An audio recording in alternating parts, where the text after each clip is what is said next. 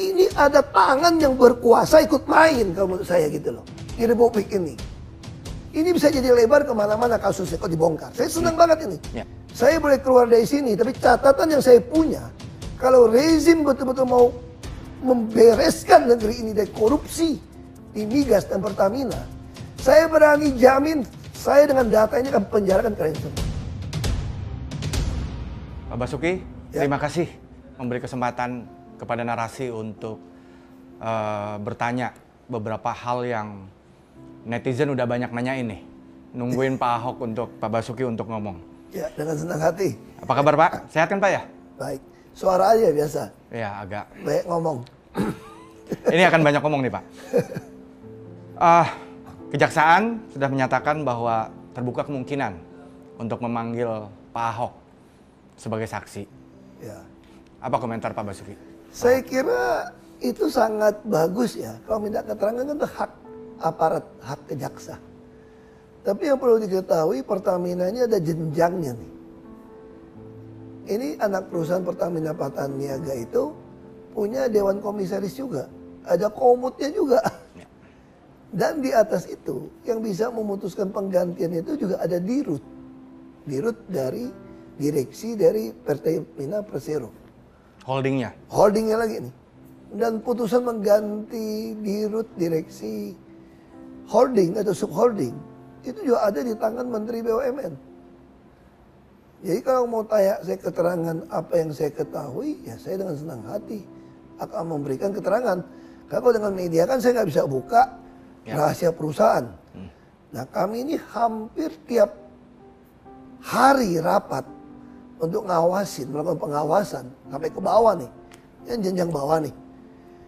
Itu kalau mau dibuat laporan notulen, kalau boleh dikeluarin gitu ya. Saya kira kalau aparat, saya kenapa senang. Kalau jaksa yang sampai manggil saya ya, saya bisa memberikan semua notulen dan rekaman selama saya jadi komut, apa yang saya sampaikan, apa yang saya minta diubah, yang tidak dilakukan oleh direksi, termasuk anak perusahaan, boleh. Kalau di media saya nggak boleh. Tadi saya bilang buka rahasia perusahaan kan. Justru saya senang banget kalau Jaksa Agung. Tapi sebetulnya kalau manggil saya langsung orang juga akan ketawain jaksa juga. Kok komut yang dibawa di rut Pertamina belum dipanggil gitu loh. Sebelum ke soal posisi komut holding dan subholding Pak Basuki. Jadi Anda yakin betul tidak ada satupun ucapan Anda yang tidak tercatat kalau rapat-rapat resmi Pertamina? Saya orangnya sangat, kalau manajemen ya gitu ya, termasuk kategori yang sangat rapi lah. Apalagi kita mengalami masa Covid ya. Masa Covid itu ada masa yang ada sisi positifnya. Apa positifnya? Semua rapat itu hybrid kadang-kadang. Kita Zoom, hybrid. Itu semua punya rekaman. Dan bahkan setiap selesai rapat, saya pasti ada notulen. Dan ini semua lengkap. Rekaman maupun catatan. Jadi, tapi sebagai komut holding, kan area bergerak Pak Basuki jelas relatif leluasa. Tadi Pak Basuki juga cerita bisa mengawasi sampai level terbawah. Iya, jadi sebetulnya kan nggak bisa juga dibilang komut holding sama sekali tidak berperan dalam melakukan pengawasan terhadap subholding dalam hal ini Petraniaga. Iya, kami lakukan pengawasan termasuk soal SPBU. Misalnya soal toilet saja saya urusin. Kenapa toilet SPBU Pertamina kok gitu jelek gitu loh? Ya. Kenapa nggak mau bagus sampai orang mau mampir kayak toko departemen apa yang Alfamart, Indomaret yang kecil-kecil gitu ya, retail itu ya. Orang kan mampir dok ke toilet gitu. Kenapa kita nggak lakukan? Terus apa yang saya bilang? Saya minta semua non tunai pakai kartu My Pertamina, hampir tiap minggu saya awasin. Bahkan mereka mulai bocorin. Masih ingat kan ada politisi yang ledekin saya kan? Ini komut apa dirut? Komut rasa dirut katanya. Ya. Saya bilang, saya ditaruh dimanapun saya merasa saya memiliki perusahaan itu. Saya sampai ledekin, saya bukan komut rasa dirut. Dirut nyaru komut, sialan gue bilang. Sampai ngomong gitu deh. Justru itu Pak Basuki. Imajinasi orang terkait seorang Basuki Cahayapurnama itu kerja sangat detail. Ya.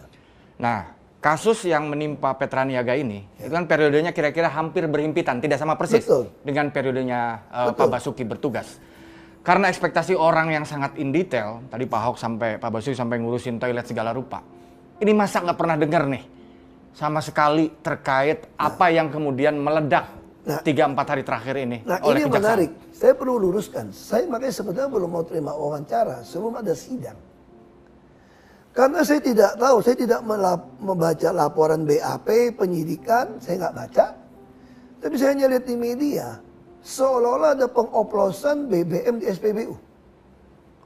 Seolah-olah, ini ledekan ada medsos kita saya baca ya. Pertamax itu adalah Pertalite yang tidak antri. Ya, meme-nya begitu.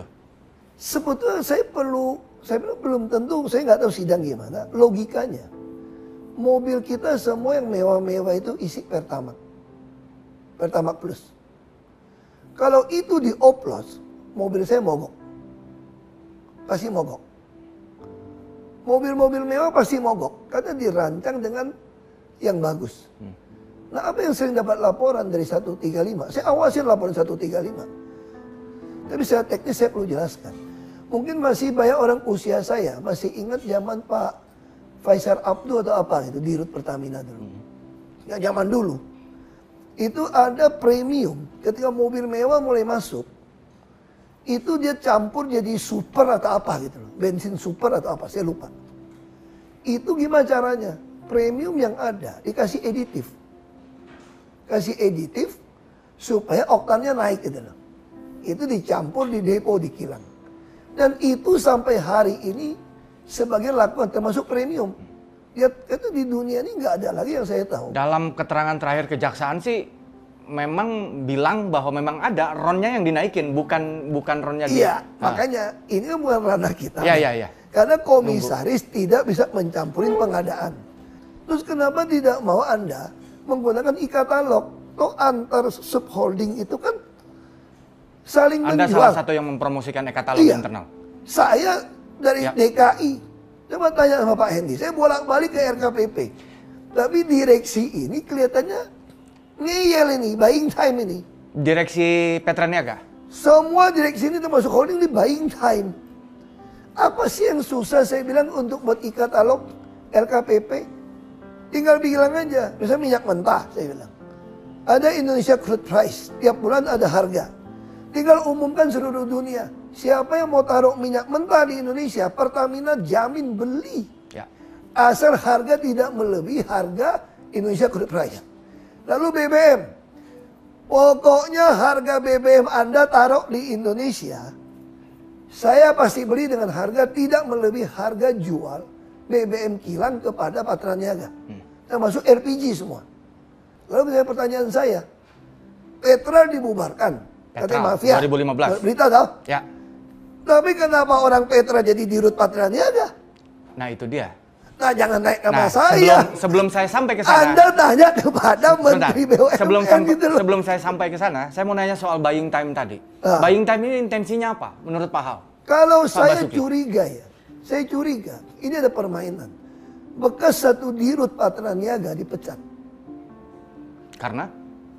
Saya tidak tahu, tapi diduga. Karena dia tidak mau menandatanganin pengadaan editif itu.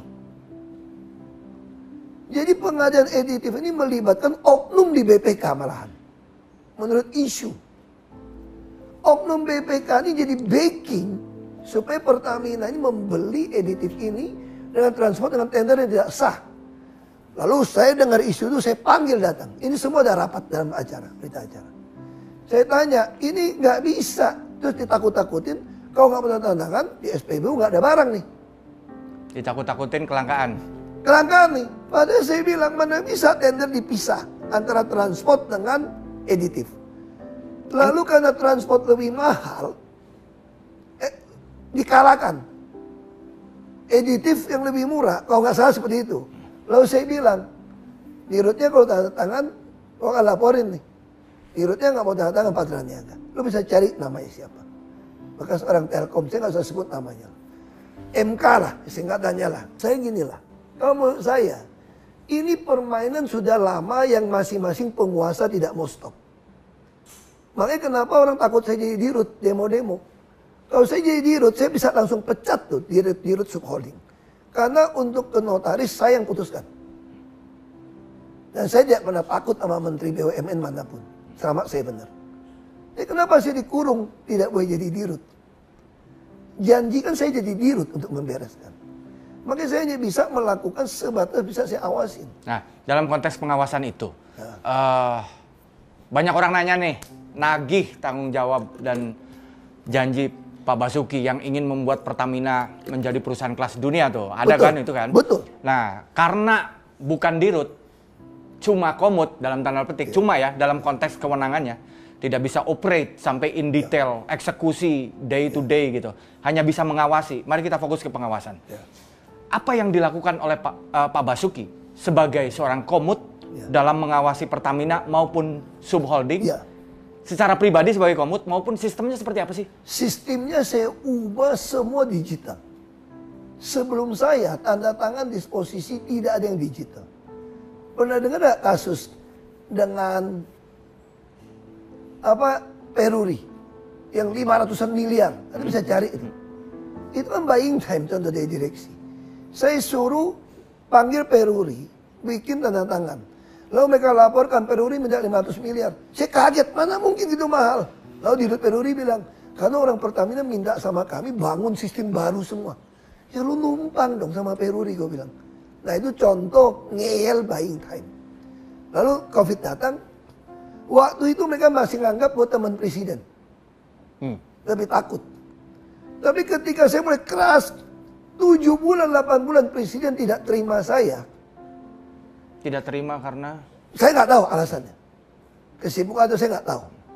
Begitu 7-8 bulan tidak terima saya sudah melihat direksi-direksi mulai berani melawan saya. Karena mereka sudah tahu saya nggak bisa gantikan mereka. Nah, lalu apa saya lakukan? Tapi walaupun begitu, saya kunci di dalam rencana kerja. Misalnya sebelum saya berhenti, saya sudah kunci dalam RKAP untuk 2024.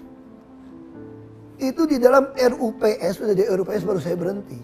Mereka harusnya melakukan penghematan 46% di seluruh procurement pengadaan.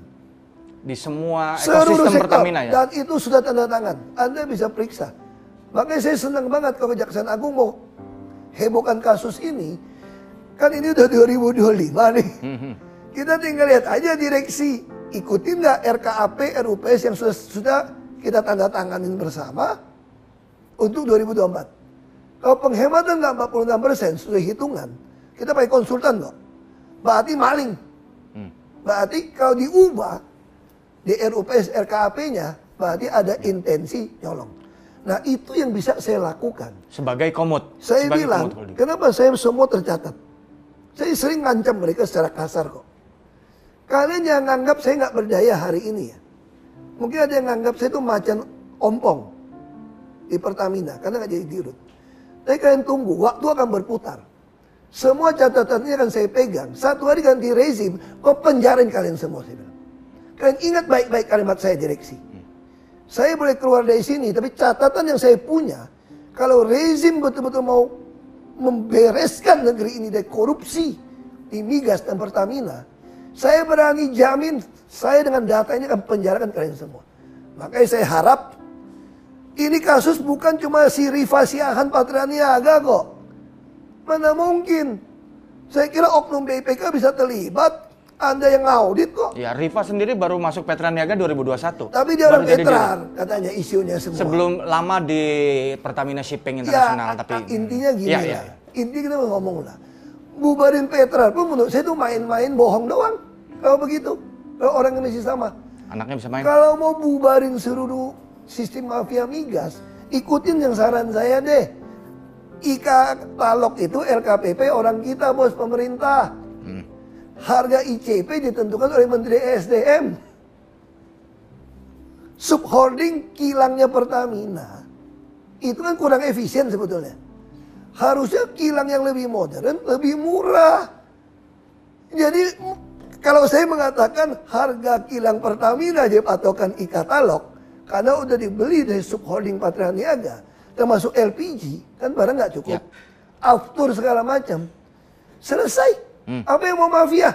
Dan Indonesia siap perang sama siapapun. Karena punya stok minyak bisa setahun. Nah, terkait buying time itu, Pak. Itu maksudnya. Salah satu angle yang dibidik oleh Kejaksaan Agung adalah pengkondisian agar ketergantungan impor kita ini terus tinggi dengan cara menghalangi produksi minyak dalam negeri nggak optimal. Kata Kejaksaan ya, ada rapat tersendiri nih untuk melakukan pengkondisian ini. Nah, ini pengkondisian ini kan luar biasa ya, Pak ya. Maksud saya, ini kan ngomongin pengkondisian yang besar, yang beyond menurut saya urusan subholding gitu. Sebetulnya nggak beyond. Ini bukan beyond. Ini ada tangan yang berkuasa ikut main kalau menurut saya gitu loh. Di Republik ini. Itu yang saya maksud. Beyond Kalau urusan saya subholding mau perusahaan. apa yang susah? Saya kasih contoh gini ya. Ini bisa jadi lebar kemana-mana kasusnya kalau dibongkar. Saya senang banget ini. Ya. Saya kasih contoh begini. Ya. Saya agak emosi nih soal ini. Saya di sini bukan mau mendefend Pertamina atau siapapun. Saya ingin masyarakat tuh mengerti bahwa akar masalah Republik Indonesia adalah korupsi dan kemunafikan. Jadi orang semua saling sandra menyandra, ada dikasih jabatan, wewenang. Nah, saya contoh gini, ini yang paling gampang kok. Kalau kita ngomong bicara soal impor tadi ya. Anda perhatikan nggak, waktu pertama kali saya baru masuk Pertamina, kilang terbakar. Kamu kira kilang yang dibakar? Nggak berani oknum bakar kilang karena rezeki dia di situ. Tahu yang dibakar apa? Tangki paling luar. Kemana beritanya? Ada oknum politisi yang nyolong minyak kapal terlibat di Tuban. Masih ingat nggak itu? Kenapa ada mau diam hari ini? Saya mau tanya. Mana aparat pekerjanya? Yang dibakar apa? Tangki paling luar. Ini orang kurang ajar banget nih. Saya sengaja datang. Saya mau cek waktu itu. Ke Indramayu ya, Balongan. Saya mau cek ada laporan minyak dicolong. Karena ada laporan dari beberapa konsumen. Minyak solar beli dari Pertamina. Kenapa orang nggak mau beli dari Pertamina? Itu kecampur sama air laut. Logika tuh gini, ini tangki paling luar untuk kirim ke kapal. Itu pakai pipa tau gak? Itu disinyalir, ketangkap kok. Ada beritanya kok. Dicolong. Nah kalau colong kosongnya gimana? Diisi air laut. Pas kapal yang benar isi, ke konsumen ke bawah air laut. Nah saya mau periksa. Karena saya pernah baca kan sekarang gampang tau. Ada baca di Google juga tau. Ya. Di Nigeria pernah kejadian juga. Anak buah minyak colong minyak waktu mau diaudit dibakar tangkinya. Jadi saya mau lihat nih. Tangkinya stoknya ada berapa. Terus kalau mau bakar tangki itu nggak susah loh. Kalau mau bakar sesuatu tuh nggak butuh apa? Butuh api, butuh oksigen, butuh uap minyak loh. Kalau Anda ngisi bensin di SPBU, kenapa dia bilang nggak boleh ngerokok? Karena ada uap. Oksigen sudah ada. Kalau Anda pakai HP saja, ada penyebar listrik, meledak. Nah sekarang apa yang terjadi? Waktu saya sampai, malam pagi. Kebakaran. Tangki. Minta saya nggak boleh datang. Tangki terluar ini? Iya. Saya datang. Buat saya itu disinyalir, buat saya itu mau menghilangkan Bukti ini. Jejak. Lalu apa terjadi? Sampai ke polisian, kita lihat itu, disambar petir katanya. Nah, kenapa bisa? Kita cek, menurut saya, dia sengaja bikin overflow uapnya. Tadi Pak Ahok bilang soal pengkondisian itu, ini bukan urusan Saya bion-bionan. dengar Ini isu ada kotor tangan-tangan ini. kekuasaan yang Waktu terlibat. kita cerita-cerita orang dalam gitu ya. Waktu Bapak jadi komut, udah mendengar cerita-cerita Ya ini? kan kita nggak tahu. Makanya saya kenapa begitu ngotot ke LKPP. Saya dengar isunya, kita butuh 800.000 lah, kira-kira BBM dan minyak mentah impor. Isunya itu bisa bagi-bagi sampai $2-4 per barrel. Per barrel. Nah kalau yang paling berkuasa dapat $2 per barrel, itu 1,6 juta. Makanya saya bilang, pemerintah saat ini, kalau tidak mau memperlakukan e-katalog di LKPP pengadaan bahan migas, saya berani jamin cuma mau ganti pemain. Ada yang mau makan itu uang. Oke. Saya mau tegaskan seperti itu aja. Jadi salah satu angle Kejaksaan Agung juga dia bilang bahwa salah satu alasan untuk impor ini nih, Petraniaga dan beberapa importer ini bilang bahwa minyak produksi kilang dalam negeri tidak efisien, tidak ekonomis, tidak memenuhi standar kualitas atau spek yang diinginkan. Ini kan memproblematisir kualitas pekerjaan Pertamina karena itu kan barang Pertamina. Apa pendapat Pak Ahok? Enggak, saya mesti ngomong jujur ya. Banyak sekali pembangunan kilang itu salah. Termasuk kilang Balikpapan, kalau diperiksa banyak masuk penjara. Itu sampai ngaco. Makanya saya bilang, banyak dosa-dosa lama yang mesti dibereskan. Dan saya di dalam. Apa kerja saya? Saya jaga ketat pengeluaran uang. Saya melakukan cost optimalisasi. Potong biaya yang nggak perlu. Menambah penambahan biaya. Dari penjualan produk-produk hilang dianggap sampah. Lalu cost avoidance dari kebakaran meledak. Hasilnya apa? Waktu saya tinggalkan Pertamina, kita mencapai 4,77 miliar dolar keuntungan. Itu kalau mau dijalankan lagi procurement 46%, saya jamin bisa dapat 6 miliar dolar kita. Tapi saya ada beda pendapat politik itu. Ya. Saya keluar. Saya bukan orang yang mau numpang hidup, nikmatin gaji besar, dan hasilnya jelas kok. Anda menanyakan apa fungsi saya. Ya. Saya sudah lakukan. Sebagai komut. Sepanjang sejarah Pertamina, dibandingkan dulu masih ekspor minyak 100 dolar per barrel, tidak pernah capai keuntungan, pernah saya capai. Oke. 2, sekian miliar dolar udah melampaui keuntungan mereka dulu. Berarti borosnya minta ampun kan? Ya. Nah sekarang saya tanya, orang menuntut saya, apa yang lo lakukan? Saya udah lakukan terbaik untuk Pertamina. Kenapa nggak bisa sikat semua? Lo kasih gua dirut dong kayak gua jadi gubernur. Gua pecat-pecatin tiap minggu. Kasih Anda kekuasaan ya Pak? Iya, lu nggak nurut gua pecatin lo. Nah, ini pertanyaan agak detail sedikit sih Pak.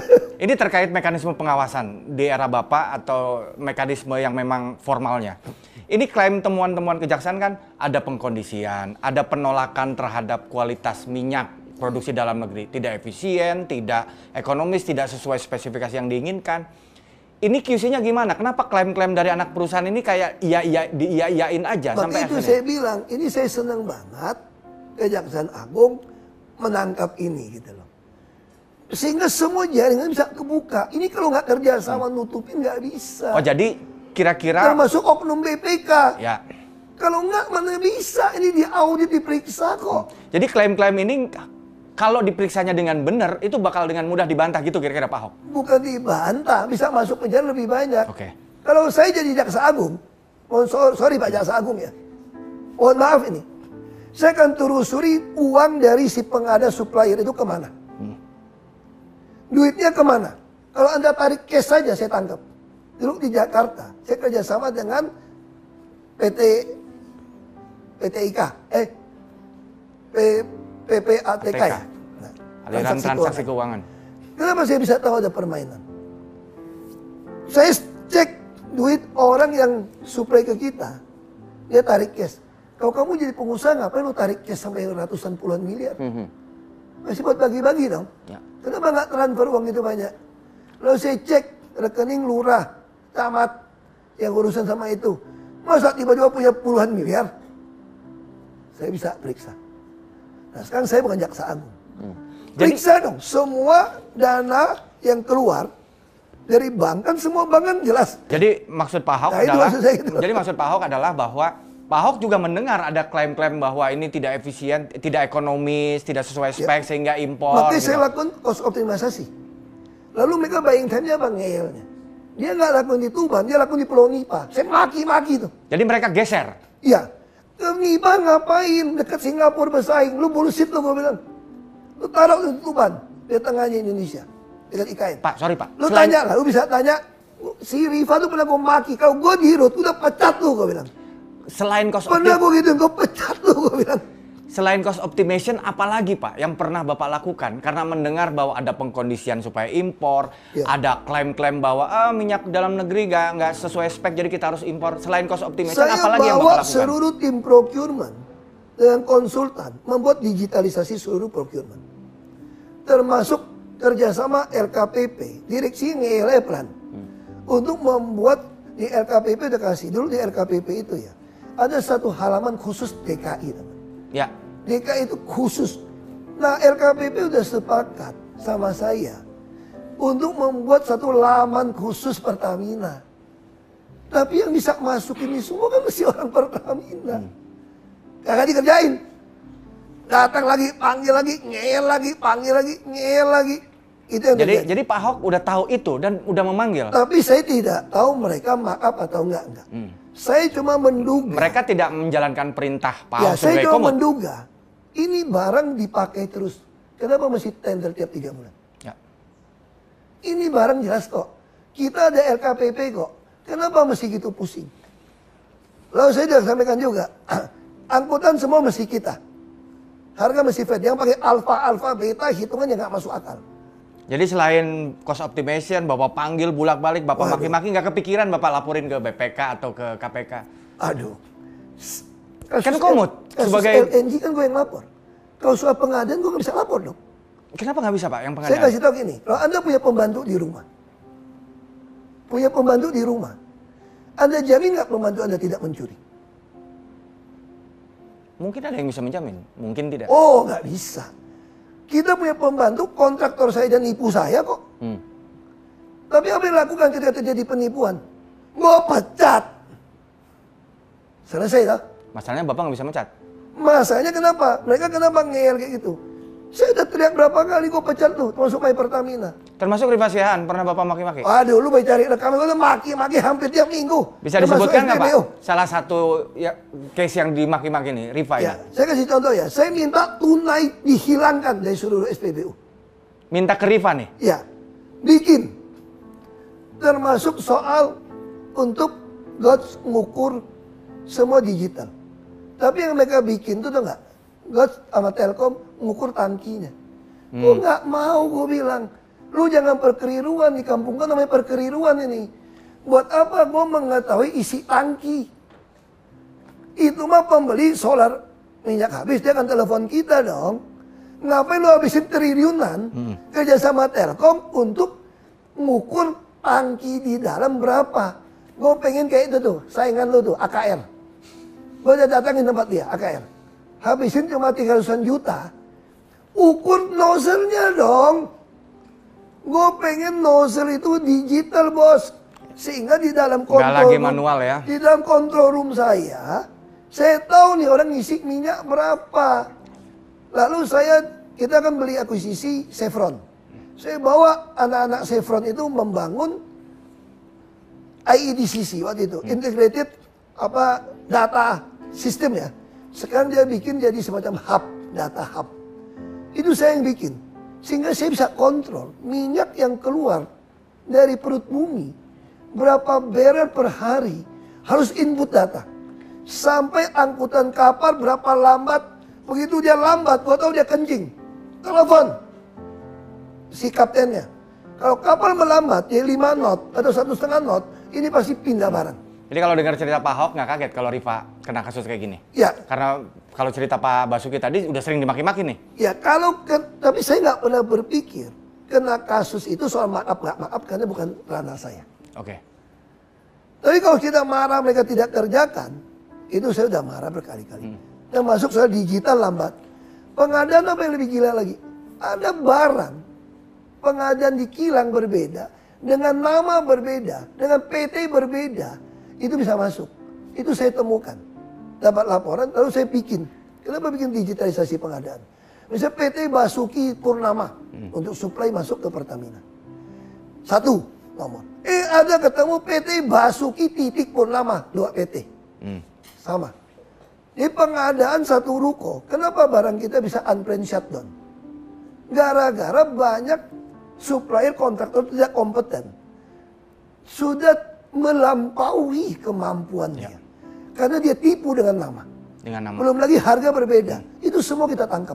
Bapak kenal nggak nama-nama perusahaan-perusahaan yang disebut? Muhammad Carey. Saya cuma dengar isu-isu di media soal Petral, soal mafia migas tuh. Bapak sebagai komut kan bisa ngecek data arsip, data nggak ada namanya sama sekali. Nggak ada. Kita nggak bisa cek sampai ke dalam teknis seperti itu. Seorang komut nggak bisa ngecek sampai gitu? Kita bikin surat, saya kasih tahu lah. Benar nggak dengan isu kartu kredit? Iya tahu. Bapak yang minta. Saya minta tidak dikasih. Saya tahu dari mana. Diam-diam rahasia nih. Kalau misalnya lewat bank kita dikasih, baru saya dapat perut untuk. Saya minta data saldo aja dia nggak mau kasih. Kenapa mereka nggak takut sama saya? Oh, kamu nggak bisa mecat saya. Tapi kenapa mereka takut? Kau nyolong ketahuan saya. Saya bisa lapor KPK. Ya. Makanya selalu nekan saya nggak boleh ngomong di media, nggak boleh ngomong di ini rahasia perusahaan, oke? Saya mesti kerjain. Kalau Anda dengerin rekaman, saya harap kalau naik sidang itu Nanti semua rapat saya itu suara diperdengarkan di sidang. Ya. Kalian akan dengar saya maki-maki. Gue bisa marah sampai segitu di dalam rapat. Cuma kan kita nggak bisa keluarkan, ini PT. Ya. Kalau mau dari Jakarta, mah aku pasang di YouTube semua. Pak, Pecah ini momentumnya itu Bapak melihat ada unsur politik nggak dari pengungkapan kasus ini, periode pengungkapan kasusnya itu mirip dengan periode Bapak menjabat pada Aku nggak bisa nuduh. Bagi saya sederhana, kalau pemerintah sekarang mau membereskan Bapak melihat ada unsur politik nggak dari pengungkapan kasus ini, periode pengungkapan kasusnya itu mirip dengan periode Bapak menjabat pada Aku nggak bisa nuduh. Bagi saya sederhana, kalau pemerintah sekarang mau membereskan soal Pertamina, membereskan soal pengadaan, taruh di katalog RKPP. Oke. Kalau Anda tidak kasih, semua orang akan curiga Anda sedang mau ganti pemain. Kalau ini berlalu seperti ini hanya ganti pemain. Kita tahu toh. Mau kasus PT Timah, mau siapa. Kalau masih sama kejadiannya, Sama Anda aja. ganti pemain. Jadi kalau Bagi itu saya tidak sederhana. jadi kalau itu tidak dilakukan dari tahun 50-an sampai kapanpun Pertamina tetap akan menjadi sarang korupsi. Iya. Makanya kenapa semua takut menjadi dirut toh? Kenapa semua pengen karakter assassin gua? Karena bukan sombong nih. Ahok tuh mesti dibunuh, bilang dia nggak jujur, dia korup. Kan itu yang maunya orang gitu loh. Pejabat Republik ini kalau mau beres, naikin gaji. Tapi pembuktian terbalik. Nggak cukup cuma naik gaji doang, harus pembuktian terbalik. Kamu masih ingat nggak Undang-Undang Nomor 7 tahun 2006? Hasil ratifikasi Konvensi PBB melawan korupsi. Di situ ada prinsip illicit enrichment. Kalau kekayaan kamu itu tidak bisa buktikan yang pajak yang Anda bayar, sita buat negara. Oke, terakhir Pak. Tapi butuh PP dong. Ya. Pertanyaan saya, berani nggak SBY dan Jokowi keluarkan PP-nya? PP-nya? Termasuk Pak Prabowo, keluarkan PP-nya aja. Oke. Supaya membandingkan, beres negeri ini kok. Pak, terakhir, Soal korupsi beres. 4 tahun Anda menjabat sebagai Komut. Ada yang Anda sesali karena Anda tidak lakukan? Ya, yang saya nggak. Ada nggak? Nggak ada. Ada. Saya Ada nggak lakukan. selama 4 tahun menjabat sebagai Komut, ada tidak hal yang Anda sesali karena ada hal yang seharusnya Anda lakukan tapi tidak Anda lakukan? Saya tidak pernah menyesali apa yang saya lakukan. Karena semua saya lakukan dengan nurani yang murni. Dan saya berdiri untuk kebenaran, keadilan, kejujuran, dan kemanusiaan. Makanya saya tidak pernah menyesali. Saya sama bilang, itu the art of dying well. Saya mau meninggal dengan tidak ada penyesalan. Sebagai tugas saya sebagai politisi. Dan saya tidak mengingkari sumpah jabatan saya. Saya tidak menghina Tuhan saya. Tidak melakukan tugas panggilan saya sebagai politisi. Tidak menyesal ya Pak berarti? Makanya saya tidak akan pernah menyesal. Kalau menyesal apa? Teman saya tidak pernah kasih saya jadi dirut. Itu aja.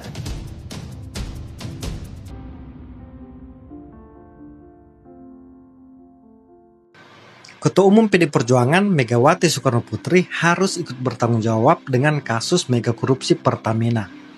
Kasus ini menurut Kejaksaan Agung merugikan negara hampir 1.000 triliun.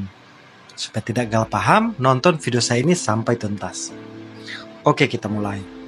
Publik kembali dihebohkan dengan kasus mega korupsi Pertamina yang kerugian negaranya mencapai 968,5 triliun dari tahun 2018 sampai 2023 dalam hitungan kasar atau hampir 1.000 triliun.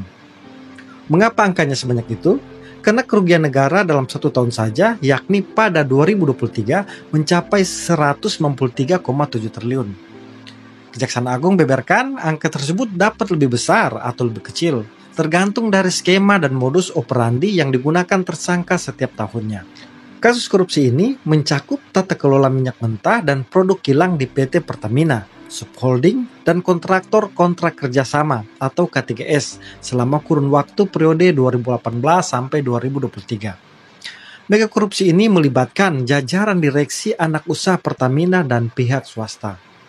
Kerugian negara terdiri dari beberapa komponen, di antaranya ekspor minyak mentah yang seharusnya digunakan untuk kebutuhan dalam negeri senilai 35 triliun. Serta pembelian minyak mentah dan produk kilang dengan harga markup melalui broker yang merugikan negara 11,7 triliun. Selain itu, kebijakan impor ilegal ini juga berkontribusi terhadap meningkatnya biaya kompensasi dan subsidi BBM yang ditanggung APBN pada 2023 dengan nilai kerugian negara mencapai 147 triliun. Sampai saat ini, Kejaksaan Agung telah menetapkan 9 tersangka. 1. Rifa Sihaan selaku Direktur Utama PT Pertamina Patraniaga. 2.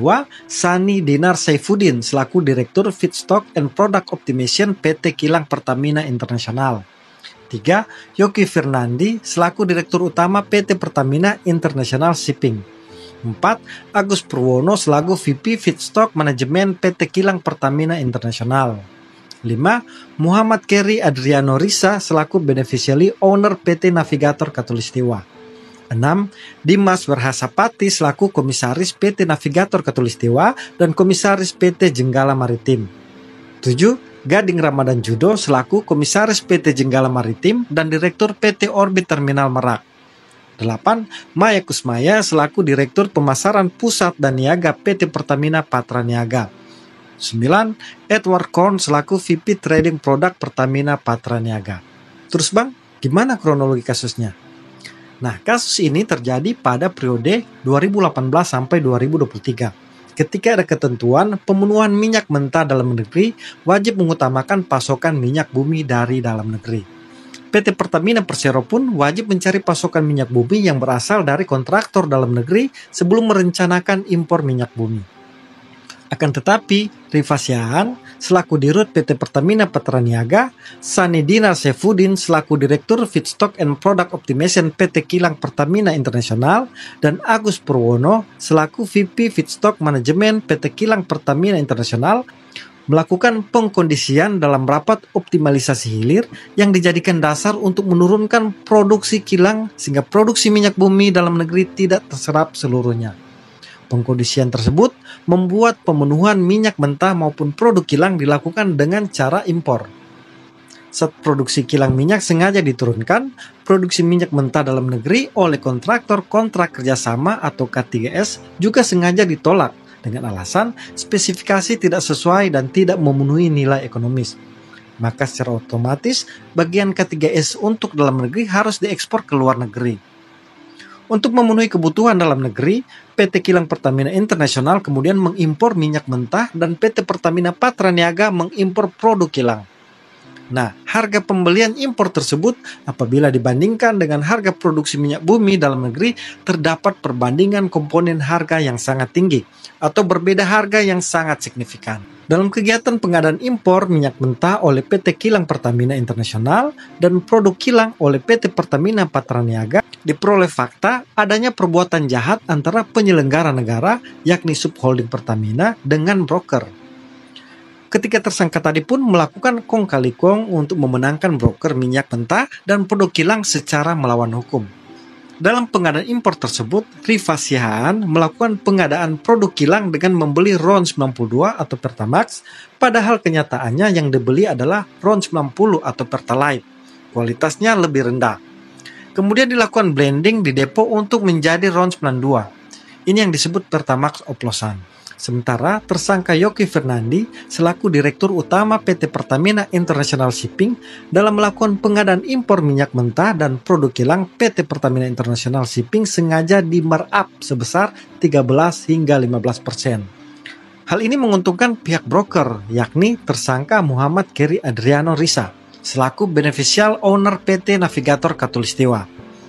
Nah, dampak adanya impor yang mendominasi pemenuhan kebutuhan minyak mentah harganya menjadi sangat mahal. Selain itu, tersangka Dimas Werhasapati selaku Komisaris PT Navigator Katulistiwa dan Komisaris PT Jenggala Maritim dan tersangka Gading Ramadan Judo selaku Komisaris PT Jenggala Maritim dan Direktur PT Orbit Terminal Merak berkomunikasi dengan tersangka Agus Purwono selaku VP Feedstock Manajemen PT Kilang Pertamina International agar bisa memperoleh harga tinggi pada saat syarat belum terpenuhi dan mendapatkan persetujuan dari tersangka Sani Dinar Saifuddin selaku Direktur Feedstock and Product Optimization PT Kilang Pertamina International untuk impor minyak mentah, serta dari tersangka Rifa Sihaan selaku Direktur Utama PT Pertamina Patraniaga untuk produk kilang. Akibat kecurangan tersebut, komponen harga dasar yang dijadikan acuan untuk penetapan harga indeks pasar atau HIP BBM untuk dijual kepada masyarakat menjadi lebih tinggi. HIP tersebut dijadikan dasar pemberian kompensasi maupun subsidi BBM setiap tahun melalui APBN. Sedangkan peran dua tersangka yang baru dirilis kejaksaan yaitu Maya Kusmaya selaku Direktur Pemasaran Pusat dan Niaga PT Pertamina Patraniaga dan Edward Korn selaku VP Trading Operation PT Pertamina Patraniaga sebagai berikut. Maya dan Edward dengan persetujuan tersangka Rifasiaan selaku Direktur Utama PT Pertamina Patraniaga melakukan pembelian bahan bakar minyak RON 90 atau lebih rendah dengan RON 92 sehingga menyebabkan pembayaran impor produk kilang dengan harga tinggi dan tidak sesuai dengan kualitas barang. Kemudian tersangka Maya memerintahkan dan memberikan persetujuan kepada Edward untuk melakukan blending produk kilang pada jenis RON 88 dengan RON 92 agar dapat menghasilkan RON 92 atau Pertamax oplosan.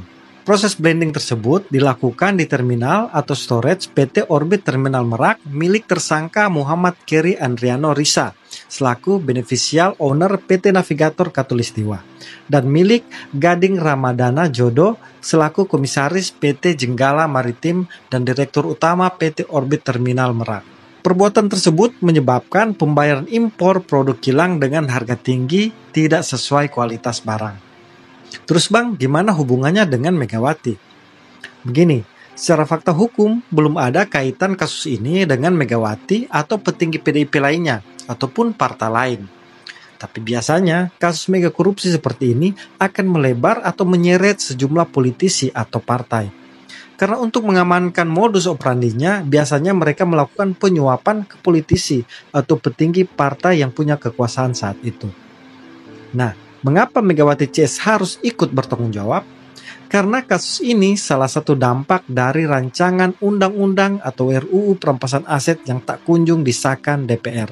Sementara, menurut elit PD Perjuangan yang juga Ketua Komisi 3 DPR, Bambang Wiryanto atau Bambang Pacul, untuk mengesahkan undang-undang perampasan aset hanya tergantung ketua partai. Pak Mahfud tanya pada kita, tolong dong undang-undang perampasan aset dijalanin. Republik di sini ini gampang masalahnya nih. Lobbynya jangan di sini, Pak. Ini Korea ini semua menurut bosnya masing-masing. Di sini boleh ngomong kalah, Pak. Bambang Pacul ditelepon, Ibu Pacul berhenti, siap. Ini laksanakan, Pak. Mungkin perampasan aset bisa, tapi harus bicara dengan para ketum partai dulu. Kalau di sini nggak bisa. Diketahui undang-undang perampasan aset ini bertujuan untuk memberikan efek jera kepada koruptor agar mereka dimiskinkan. Karena tujuan koruptor adalah memperkaya diri atau kelompoknya. Jadi jika dimiskinkan, semua asetnya disita, maka dia akan jera dan kerugian negara bisa diminimalisir. Diketahui RUU Perampasan Aset atau nama jelasnya RUU Perampasan Aset Tindak Pidana pertama kali disusun pada 2008. Namun hingga saat ini tak kunjung disahkan. RUU ini berhasil masuk ke dalam prolegnas prioritas tahun 2023. Namun demikian, sejak Presiden Jokowi mengirimkan surat presiden atau surpres ke DPR untuk segera menuntaskan, tapi belum juga ada sinyal pembahasan. Keengganan DPR untuk menyepakati RUU ini dalam rapat paripurna diduga karena RUU ini mengatur tentang normal expended wealth atau dugaan kepemilikan kekayaan secara tidak sah. Norma yang jika menjadi hukum positif akan menyasar para pejabat publik, termasuk anggota dewan, dengan profil kekayaan yang tidak sesuai dengan pendapatan maupun LHKPN yang disampaikan ke KPK. Undang-undang perampasan aset ini juga penting karena melihat kerugian keuangan negara yang timbul dari tindak pidana korupsi. Seperti di tahun 2022 saja mencapai angka 48,7 triliun. Dengan tingkat pengembalian kerugian melalui pidana tambahan uang pengganti hanya sebesar 7,8% dari total kerugian negara atau setara 3,8 triliun. Ini artinya tidak sampai 10% uang yang dikorupsi kembali ke negara. 90% lebih uang korupsi itu tetap dinikmati koruptor walau mereka masuk penjara. Karena ketika mereka bebas, uang hasil korupsi itu masih bisa mereka nikmati bersama orang dekat atau keluarga. Undang-undang perampasan aset ini jelas-jelas menjadi momok menakutkan bagi para koruptor, termasuk membuat takut mereka yang coba-coba ingin korupsi. Saya yakin korupsi tidak akan merajalela seperti ini jika sudah ada undang-undang perampasan aset. Termasuk mungkin para tersangka korupsi Pertamina ini akan berpikir panjang jika ingin melakukan korupsi. Terus Bang, gimana dengan Pak Jokowi? Pak Jokowi juga tak mampu mendorong RUU perampasan aset. Jokowi sendiri sudah berkali-kali mengeluarkan statement tegas yang mendorong RUU perampasan aset. Selain mengeluarkan surat presiden, Jokowi juga sering menyindir DPR. Termasuk saat DPR cepat merevisi Undang-Undang Pilkada. Jokowi meminta respon cepat yang sama harus dilakukan di RUU perampasan aset. Namun nihil. Hingga sekarang, RUU perampasan aset tak kunjung menjadi undang-undang. Menurut saya, Jokowi memang tidak punya kekuasaan di DPR. Karena Jokowi bukan ketua partai, malahan sering diperlakukan sebagai petugas partai. Jika merujuk pernyataan Bambang Pacul tadi, yang bisa menentukan dan menuntaskan undang-undang perampasan aset adalah ketua partai, termasuk Megawati. Jika Megawati dan ketua partai lainnya sepakat untuk menuntaskan RUU perampasan aset, maka dijamin tuntas. Karena DPR yang punya kewenangan legislasi adalah perwakilan partai politik. Menurut pencermatan saya, hanya satu partai politik yang narasinya konsisten dan getol mendorong RUU perampasan aset, yaitu Partai Solidaritas Indonesia atau PSI. Ketua Umum PSI, Kaisang Pangarep, menegaskan partainya fokus ingin mengesahkan RUU perampasan aset jika lolos parlemen.